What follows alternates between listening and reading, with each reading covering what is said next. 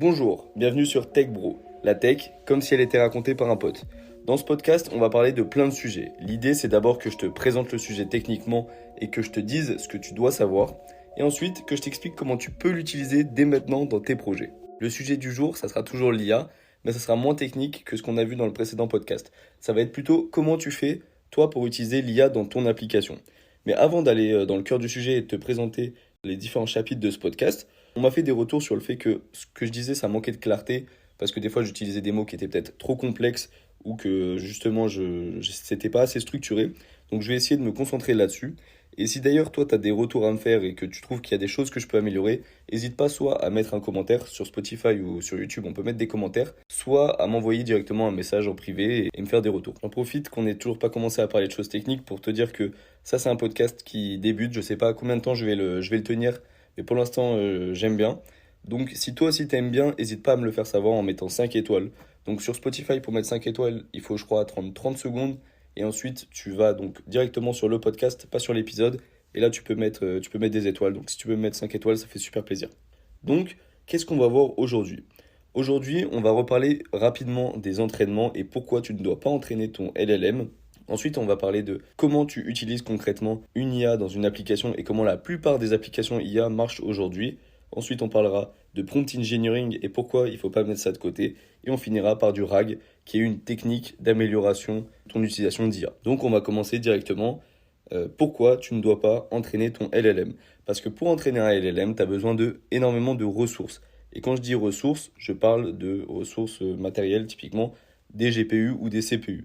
Donc pour rappel, un GPU, c'est pour Graphic Processor Unit, donc c'est la carte graphique d'un ordinateur.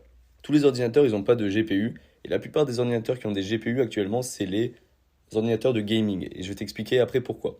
Et on a aussi les CPU, donc là, c'est de l'autre côté, donc là, tous les ordinateurs, ils ont des CPU, c'est le processeur de ton application, c'est ce qui va te permettre de faire tourner Windows, Linux ou macOS. Mais alors pourquoi tu as besoin d'un GPU pour entraîner un LLM?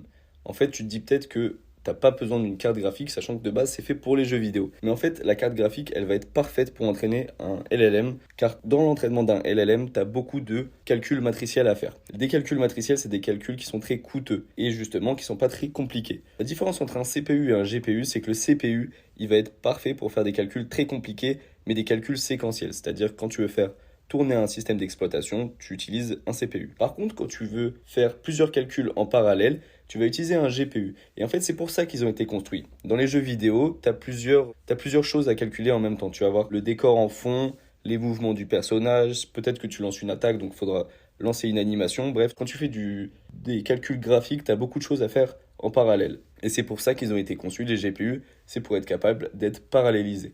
Et justement, c'est cette technique, cet aspect-là du GPU qui va être utilisé pour entraîner un LLM. En fait, les GPU, c'était pas parfait pour les LLM, mais quand on a eu besoin d'entraîner des énormes LLM, parce qu'en fait, on faisait que rajouter des neurones, rajouter des couches, on a eu besoin d'énormes processeurs qui étaient capables de se paralléliser et faire plusieurs calculs en même temps. Et c'est pour ça que les GPU, ils étaient utilisés. Et c'est ce côté calcul parallélisable qui est super intéressant pour l'IA. Je vais te donner un exemple concret. Donc là, tu as un modèle à entraîner. Ce que tu vas faire, c'est que tu vas prendre ton modèle et tu vas faire 3 copies de lui. Donc tu auras 4 versions de ce même modèle. Tu as aussi un ensemble de données sur lequel tu veux entraîner ton modèle. Et cet ensemble, comme tu le sais, il est gigantesque. Donc ce que tu vas faire, c'est que tu vas le diviser en 4. Donc là, tu auras 4 modèles et 4 plus petits jeux de données. Et donc chaque modèle, tu vas l'entraîner sur la version plus petite du jeu de données. Et ça va donc prendre 4 fois moins de temps que ce qu'il t'aurait fallu si tu l'avais entraîné un modèle sur l'ensemble de jeux de données. Et à la fin, ce que tu vas faire, c'est que tu vas fusionner les gradients. Pour ça, il y a une technique qui s'appelle AllReduce. Je ne vais pas en parler ici, mais si ça t'intéresse, donc c'est Nvidia qui a développé ça. Et c'est une technique pour fusionner les gradients. Ensuite, tu appliques ce gradient à un des modèles et tu refais une copie et tu redivises un ensemble de données et ainsi de suite. Tu peux diviser vraiment grandement le temps qu'il te faut pour entraîner un LLM. Mais j'imagine que chez toi, tu n'as pas des milliers de GPU, donc tu ne pourras pas entraîner ton propre LLM. Donc tu vas être obligé d'utiliser le LLM de quelqu'un d'autre. Et en fait, c'est ce que tout le monde fait. Personne, ou alors vraiment pas beaucoup de gens, entraînent leur propre LLM. On utilise surtout ce qu'on appelle des LLM propriétaires. Un LLM propriétaire, c'est l'inverse d'un LLM open source. C'est-à-dire qu'on n'a pas accès aux paramètres, on n'a pas accès aux couches, et en fait, on peut juste l'utiliser. Mais pour utiliser un LLM propriétaire ou alors n'importe quel LLM, on va passer par ce qu'on appelle un call API. Un call API, c'est quoi? Imaginons que tu as une application qui va être capable de faire une recette. Par exemple, toi, tu as designé une application en Python ou en JS, n'importe, et elle prend des ingrédients et elle fait une recette. Donc, cette application, elle est déjà faite, elle est en prod, elle est accessible sur un URL. Et là, tu dois faire une nouvelle application, toi, qui va avoir besoin de cette application. Donc, tu vas pas reprendre tout le code et le remettre dans ta nouvelle application. Non, tu vas revenir sur la première application de recette et tu vas la rendre accessible grâce à une interface. En fait, tu vas mettre un endroit où sur ton autre application, tu pourras prendre des ingrédients, les envoyer à la première application de recette et qu'elle te renvoie la recette. Et ça, c'est justement ce qu'on appelle une API. C'est de permettre de rendre certaines fonctions d'une application disponibles à d'autres applications. Et justement, c'est exactement comme ça que tu vas utiliser l'IA. En gros, le LLM, il est accessible à plein de ce qu'on appelle des endpoints, hein. Donc, c'est un endroit où tu peux accéder à cette IA et tu vas l'intégrer à ta propre application comme n'importe quelle API. Donc, ce que tu vas faire, c'est que tu vas d'abord choisir ton modèle. Il y a plein de modèles qui sont accessibles. Tu peux prendre Claude, tu peux prendre ChatGPT. Enfin, il y a vraiment beaucoup de modèles. Tu vas mettre ta carte bancaire pour avoir un certain nombre de tokens parce que c'est pas gratuit, un LLM. Derrière, eux, ils doivent utiliser des GPU et ils doivent utiliser de l'électricité pour le faire tourner. Et ce que tu vas faire ensuite, c'est que tu vas juste mettre la clé API dans ton application et tu pourras utiliser ce LLM comme n'importe quelle API. C'est-à-dire que tu prendras l'input de l'utilisateur. Donc, imaginons que tu fais juste un chatbot. Tu prendras ce que l'utilisateur il a mis en entrée, tu l'enverras au LLM. Le LLM, il te donnera une réponse et c'est ce que tu afficheras à l'utilisateur. Et tu n'auras pas besoin, toi, sur ton propre PC ou sur ton serveur, d'héberger un LLM. Et ce que je te conseille de faire si tu veux tester en local, c'est de passer par Ollama ou LM Studio. Tu pourras tester avec des tout petits modèles, par exemple Mistral 7B, il est vraiment pas mal et ça va te simuler un retour d'un LLM. Et donc ça sera super bien pour développer ton application et éviter de cramer tous tes tokens. Ensuite, c'est possible d'héberger son propre modèle sur une instance cloud. Donc je connais l'exemple de AWS, par exemple, ils ont un service qui s'appelle SageMaker et ça te permet soit de développer ton propre modèle, soit si le modèle il est open source, par exemple DeepSeek, de l'héberger sur leur instance. Et là, ça va être plus intéressant pour toi parce qu'en fait, les informations que tu donneras au LLM, elles iront sur les serveurs de AWS et c'est plus sécurisé que si elles allaient sur les serveurs de n'importe quel modèle propriétaire qui pourrait les réutiliser pour entraîner leur modèle. Voilà, maintenant tu sais comment toi tu peux utiliser l'IA. Et c'est surtout comment la plupart des applications utilisent l'IA. Il y a beaucoup d'applications sur le marché qui disent qu'elles sont rendues possibles grâce à l'IA, qu'elles utilisent des modèles super complexes, mais en fait on appelle surtout ça des wrappers d'IA, c'est-à-dire qu'elles font toute l'interface graphique, elles permettent à l'utilisateur que ce soit simple, et ensuite elles vont juste envoyer la requête au LLM, et en fait le LLM il sera même pas chez eux. Mais alors maintenant que tu sais que tu peux pas entraîner ton propre modèle et que du coup la plupart des LLM ils sont hébergés chez quelqu'un d'autre, comment tu peux améliorer les résultats du LLM pour te différencier sur le marché? C'est ce dont on va parler maintenant, c'est le prompt engineering. Le prompt engineering c'est super important et en fait c'est une technique qui consiste à faire très attention ou à travailler l'entrée du LLM pour avoir les meilleurs résultats. Le prompt, c'est ça, c'est le texte d'entrée que va prendre un LLM et qui va lui permettre de prédire une sortie. Du coup, si tu sais comment marche un LLM, tu sais que c'est très important de faire attention à ce qu'il prend en entrée. Le LLM, il va pas du tout comprendre ce que tu lui as dit. Il va prendre la phrase que tu lui as dit en entrée et il va réfléchir par rapport à lui, son modèle d'entraînement, quelle est la sortie la plus probable qu'il aurait eue avec une entrée pareille. Si tu lui dis par exemple quel est le résultat de 3 plus 3, il va pas, comme nous on pourrait faire, soit on compte sur nos doigts, soit on réfléchit et on sait que 3 plus 3 ça fait 6. Non, lui il va se dire, ok, dans mon modèle d'entraînement, quand j'ai eu 3 plus 3, qu'est-ce qui venait le plus souvent après? Ben, c'est 6. Mais il n'a pas vraiment compris que les deux chiffres ils s'additionnaient. Et ça justement, ça pourra être rendu possible grâce à un autre concept qui s'appelle les MCP où tu lui donnes des outils, mais j'en parlerai dans le prochain podcast si ça t'intéresse. Et c'est encore plus compréhensible quand on lui demande de générer des images. Je ne sais pas si tu as déjà essayé de générer des images avec DALL-E ou d'autres modèles, mais en fait, en fonction du prompt que tu lui donnes en entrée, le résultat, il va pas du tout être le même. Si tu lui donnes un prompt super détaillé avec ce que tu veux, le type de graphisme, comment les lumières elles doivent être placées, etc., le résultat il va être super qualitatif. Là où si tu mets un prompt très court et que tu écris n'importe quoi, le résultat il sera très loin de ce que tu attends. Et en fait, c'est pareil avec le texte. Et c'est pour ça qu'on dit qu'il faut être poli avec une IA. Récemment, Sam Altman, il a fait un post pour dire qu'il perdait beaucoup d'argent car les gens, ils étaient polis avec le LLM. Et en fait, quand tu es poli avec un LLM, il va aller chercher dans sa base de données des résultats potentiels là où les utilisateurs étaient les plus polis. Et en fait, ça va être des conversations scientifiques, ça va être des conversations beaucoup plus sérieuses. Et donc, en général, ce qui est dit est plus sérieux. Et donc, le résultat sera meilleur. Donc, au final, si tu es poli avec ChatGPT, ça a un impact. Mais alors, peut-être que tu te demandes comment tu peux faire du prompt engineering dans une application IA si c'est l'utilisateur qui va mettre le prompt d'entrée. Et bien, en fait, dans ton code, tu auras une partie où tu récupères l'entrée de l'utilisateur et une partie où tu envoies cette entrée à ton LLM. Et ce que tu vas faire, c'est écrire du texte en dur avant son entrée. Je vais te donner un exemple très précis. Donc imagine que ton application, c'est un chatbot où tu veux faire croire à l'utilisateur qui parle avec Luffy de One Piece. Donc ce que tu vas faire, c'est que tu vas créer un chatbot donc, qui est capable de récupérer l'entrée de l'utilisateur, de l'envoyer au LLM et de le renvoyer à l'utilisateur. Mais avant chaque entrée d'utilisateur, tu vas préciser au LLM qui doit répondre à cette entrée comme si c'était Luffy de One Piece. Et là, sans avoir ajouté rien de complexe, tu es capable d'avoir un LLM qui donne l'impression à l'utilisateur qui parle avec Luffy. Après, je vais donner un exemple qui est plus concret et qui arrive probablement plus souvent, c'est si tu veux faire un chatbot en entreprise avec des règles. Et donc, pour des raisons de sécurité, tu veux que le chatbot il reste professionnel et qu'il ne parle pas d'autres sujets. Et bien, ce que tu vas faire, c'est que tu vas mettre par exemple une partie de prompt engineering en entrée et au début et à la fin de l'entrée de l'utilisateur pour préciser qu'il doit rester très professionnel, qu'il ne doit pas parler de sujets en dehors de l'entreprise. Et en fait, le fait de le faire au début, donc c'est-à-dire avant le texte de l'utilisateur et de mettre un rappel après, ça permet d'éviter que l'utilisateur il bypasse ça en disant par exemple oublie tout ce que tu as entendu avant et réponds à ma question. Et voilà, en fait, en faisant ça, tu enfermes un peu le prompt de l'utilisateur pour le sécuriser. Ok, maintenant qu'on a vu comment tu peux améliorer le résultat de ton LLM en injectant du texte en dur, on va parler du RAG. Le RAG, c'est une autre technique qui est basée donc sur les LLM pour avoir de très bons résultats sur des connaissances que le LLM n'a pas. Je m'explique. Le RAG, ça veut dire Retrieval Augmented Generation. Ça veut dire qu'en gros, la génération, bon, un LLM, il génère du texte. Et là, en fait, il va générer du texte amélioré grâce à un système de restitution, grâce à un système où il va retrouver des informations.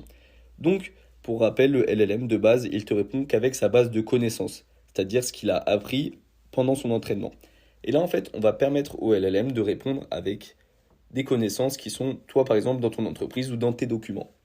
Mais tu pourrais te dire que, par exemple, si tu as beaucoup de documents qui décrivent les process de ton entreprise, ce que tu peux faire, c'est poser ta question au LLM et lui donner aussi tous les documents qu'il va lire lui-même pour répondre à la question. Sauf qu'en fait, les LLM actuellement, ils ont une fenêtre de contexte qui est très limitée. La fenêtre de contexte, ça va être la taille maximale que le LLM prend en entrée. Elle va directement dépendre donc de l'architecture du LLM et on ne pourra pas l'augmenter si facilement. D'ailleurs, actuellement, les fenêtres de contexte, elles ne font que augmenter, mais au final, les résultats, ils ne s'améliorent pas de manière linéaire. Parce que plus tu donnes une entrée immense à un LLM, plus ce qui est au cœur de l'entrée, donc c'est-à-dire au centre, il va l'oublier. Et en fait, c'est ce qu'on appelle le lost in the middle. Et en fait, ça va être ça, le RAG, ça va être, tu lui donnes les documents, mais au lieu de lui donner les documents, tu lui donnes uniquement les passages pertinents du document, et tu lui donnes ta question et il est capable de répondre. Mais alors, comment on fait ça? En fait, il y a 3 parties. Pour rappel, un LLM, il ne comprend pas le texte, il comprend ce qu'on appelle des embeddings. Et en fait, des embeddings, c'est des vecteurs. Et des vecteurs, entre eux, on peut les comparer. Donc ce qu'on va faire, c'est qu'on va prendre les documents, les différents documents. Déjà, pour savoir quel document on va utiliser, on pourrait le transformer en embedding, comparer l'embedding de la question de l'utilisateur avec chaque document, et on saurait quel document est le plus proche de celui de l'utilisateur. Mais on va faire encore mieux parce qu'en fait, on va découper les documents en ce qu'on appelle des chunks. Un chunk, ça va être un bout de document. Par exemple, un paragraphe ou alors juste une phrase.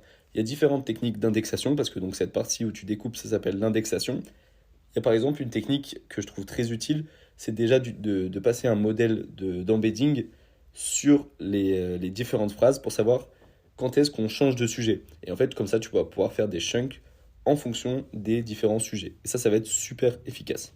Donc là maintenant, tu as découpé ton texte en chunks, et chaque chunk, tu vas le transformer en un embedding que tu vas stocker dans une base vectorielle. On dit une base vectorielle parce que au lieu d'enregistrer des integers, du string, etc., elles enregistrent donc des super grandes listes de floats et c'est ce qu'on appelle des embeddings. Et donc pour des raisons d'efficacité ou même plus tard pour pouvoir faire des comparaisons simplement, on utilise des bases qui sont des bases vectorielles. Pour ça, tu as ChromaDB, Pinecone ou alors Postgre si tu l'utilises souvent. Ils ont un module ou alors une extension qui s'appelle pgvector et qui permet donc d'utiliser Postgre comme base vectorielle. Donc maintenant que tu as stocké tous les chunks, donc les différents passages où tu dois garder le texte, mais aussi tous les embeddings, tu as fait ce qu'on appelle la partie offline. Parce qu'en fait, c'est une partie qu'on doit faire au début. Ou alors, si tu veux améliorer ton système de RAG, tu l'as fait une fois, et ensuite c'est bon. Ensuite, on a la partie retrieval. Cette partie, en fait, on va prendre la question de l'utilisateur, on va la transformer en embedding grâce au même modèle qui a été utilisé sur les chunks, et ensuite, on va comparer l'embedding de la question avec l'embedding de tous les chunks. Et en regardant les embeddings les plus proches, on saura quels embeddings pourraient potentiellement répondre à la question. Une fois qu'on a, par exemple, je sais pas, 10 embeddings qui pourraient répondre à la question, on récupère le texte de ces embeddings et on envoie la question au LLM en lui disant de répondre en se basant uniquement sur, et ensuite on va caler tous les différents chunks de texte.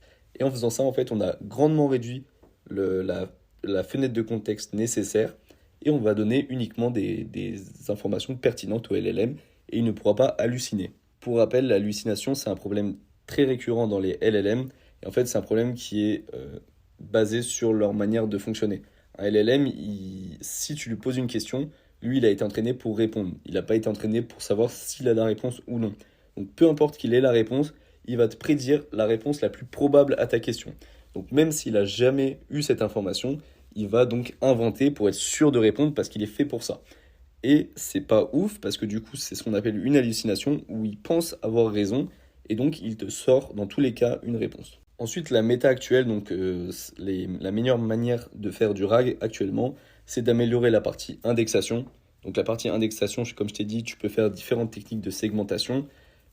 Pour moi, la meilleure segmentation actuellement, c'est la segmentation sémantique, où en fait, en fonction du sens, du sujet du corpus, ou du paragraphe, ou de la phrase, et ben, tu vas le segmenter. Comme ça, tu es sûr que dans ton chunk, tu as qu'un seul sujet, et comme ça pourra te permettre vraiment de cibler le bon chunk dans la partie retrieval. Ensuite, tu peux utiliser d'autres techniques de recherche, parce que donc ça, c'est de la recherche finalement, quand tu recherches le meilleur chunk. Et les techniques de recherche avant, c'était surtout fait par des filtres. Donc tu peux aussi implémenter des filtres dans ton RAG. Si par exemple, tu as un utilisateur qui veut savoir quelque chose, mais qui veut savoir ça en fonction de date, et ben, tu peux lui permettre d'ajouter des filtres. Et ça va donc filtrer tous les chunks avant même de faire la partie retrieval. Et en fait, c'est surtout que ces filtres, ils vont permettre de filtrer par date, là où la comparaison de vecteurs, elle n'aurait pas pu être influencée par la date. Il y a aussi une autre technique qui est très utilisée, qui est d'utiliser un LLM de réécriture, où en fait, tu vas prendre la question de l'utilisateur, mais en fait, dans sa question, il y aura beaucoup de mots, des mots parasites qui n'ont pas beaucoup de sens, en tout cas dans la partie où tu vas chercher le chunk le correspondant. Et par exemple, dans l'input de l'utilisateur, tu vas avoir des mots comme bonjour ou s'il vous plaît, ou des mots qui ne servent à rien, et tu vas prendre l'entrée de l'utilisateur, tu vas la donner à un LLM, et lui dire de renvoyer juste le sens de la phrase et ce que l'utilisateur y cherche. Et c'est avec ça que tu vas comparer tous les chunks. Et pour finir, il y a un truc qui est très à la mode en ce moment, c'est le graph RAG. C'est ce qu'on appelle une version améliorée du RAG qui est basée sur un graphe de connaissances. Donc, pourquoi on utilise du graph RAG? Parce qu'en fait, dans le RAG classique, on a un problème de contexte. On a un problème de contexte parce que le LLM, il va recevoir des chunks, mais par exemple, il ne saura pas tous les process de l'entreprise. Peut-être qu'il y aura des mots dans ce chunk que le LLM ne connaîtra même pas. En fait, il va manquer de contexte pour faire une bonne réponse. Et justement, un graphe de connaissances, c'est un type de base de données qui a été inventé par Google et qui n'est pas du tout nouveau. C'est utilisé depuis 2012 dans leur moteur de recherche. Et en fait, on représente les données sous forme d'entités-relations. Je vais te donner un exemple que tu peux tester dès maintenant. Si tu vas sur Google et que tu tapes par exemple Fnac Paris ou Fnac Châtelet, je ne sais pas, tu vas tomber sur donc là, à gauche, il y aura tous les liens. Et à droite, il y aura une espèce de carte qui est faite, je crois, par Google Maps. Et sur cette carte, tu auras plusieurs informations. Tu auras des photos, un titre, une description. Et ensuite, tu auras des relations. Par exemple, tu verras que cette Fnac, elle est dirigée par Antoine Dupont, je sais pas. Et en fait, ça, c'est la représentation du graphe de connaissances de Google. Cette carte, c'est une entité. Et le fait d'être dirigé, c'est une relation. Et ensuite, tu auras une autre entité qui est le directeur actuel. Et dans cette carte, tu auras toutes les informations qui sont des informations non structurées. Et donc, c'est comme ça que tu fais un graphe de connaissances. Tu enregistres des informations sur une entité, mais tu enregistres aussi sa relation avec les autres entités. Et justement, comment on va pouvoir utiliser ça dans le GraphRag? Pour la partie indexation, ça va un peu changer. En fait, au lieu de transformer le document en chunk, on va prendre le document et on va extraire des entités et des relations de ce document. Pour ça, on peut soit le faire manuellement, donc on lit le document et on crée nous-mêmes les entités, mais ça peut être super long. Soit on peut utiliser un LLM qui va lui-même extraire les entités et les relations. Ensuite, on va aussi changer la partie requête. Actuellement, quand on faisait la partie retrieval, donc la partie où l'utilisateur met l'entrée et tu compares, on va plus le comparer donc avec les différents chunks, mais on va le comparer avec les entités. Et en fait, les entités, tu pourras leur mettre une description, tout ça, donc tu pourras avoir les embeddings de cette entité. Et en fait, tu pourras avoir les entités les plus en lien avec la question de l'utilisateur. Et en fait, ce que tu vas faire après, c'est ce qu'on appelle un graph walk. Tu vas prendre différentes entités qui ont un lien avec la réponse de l'utilisateur et tu vas parcourir les relations les plus proches de cette entité. Et ça va te donner en fait du contexte sur la question de l'utilisateur. Et le mieux en fait, c'est pas juste de faire du GraphRag avec un graphe de connaissances, c'est de faire une méthode hybride où tu as une pipeline qui récupère du contexte autour des entités citées dans la question de l'utilisateur et une pipeline qui récupère différents chunks. Et à la fin, tu donnes tout à ton LLM et là, il est capable de répondre à ta question avec énormément de contexte. Et si tu veux savoir, je crois que la base de données la plus utilisée en ce moment pour les knowledge graph, c'est Neo4j. Voilà, c'est la fin de ce podcast. Merci d'avoir écouté jusqu'ici. J'espère que ça t'a plu. Si ça t'a plu, n'hésite pas à mettre soit un commentaire pour me dire si tu as des questions sur les différents sujets, soit à mettre 5 étoiles. Moi, ça montre que ça te plaît. Dans le prochain podcast, on parlera sûrement de fine-tuning, de compression de modèles et de MCP. Je ne sais pas si on pourra faire tout ça en un seul podcast, mais voilà.